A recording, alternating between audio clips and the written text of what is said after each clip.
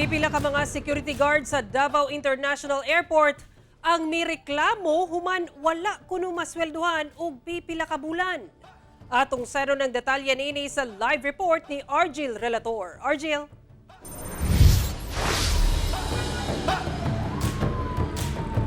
Sara, mitsabaw na ang pipila ka mga security guard sa usa ka security agency nga na-assign sa Davao International Airport human nga ang tud karon wala pa nila nadawat ang ilang sweldo. Sukad Enero karong tuiga, wala pa na sweldohan kining mga security guard sa Davao International Airport ubos sa Priority Security Agency Incorporated Davao. Ang among sweldo 396 lang yapon hantod karon. Almost mga 1 year na mahigit ang katong giingon nila nga motubo pero wala gyapon sir. Ikaduha mag 3 months na karon sir wala gyud mi gina sweldohan nila bising CE wala tanan. Perting pa itagay ga sir ay. Ang ako lang nga paabot nga hatag nga mo sweldo, tawag mo mga benefits. Apel kami nga nagkahiusa nga 13. Gawa sa sweldo, nasayran sab kuno nilang dunay wala na remit ang agency sa ilang benepisyo. Makuha na mo tanan ang mga benepisyo kay sa ISIS na mo mga 1 year nang wala nila gihagbungan sa ISIS. Sa kabahin sa maong security agency, labot sa SSS remittance. Hindi naman totoo yan. May record tayo lahat. Gani, ang hinungdan matud pa nga nung wala na sweldohan sa agency ang ilang security guards.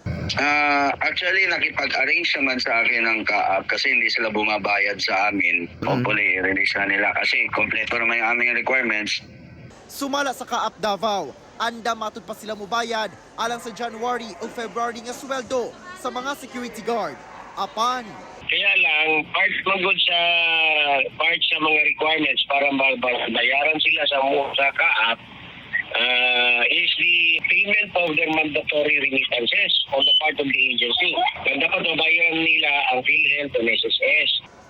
tinguha sa Kaap Davao nga tumanon sa ahensya ang rekisitos aron maproseso ang pagbayad kanila. I-appear me before Dole 11. Kay parang yun marsettle na siya. Wa din sila musipot. Plastic pa sige namig kulit sa ilahan nga bayaran na damo sila.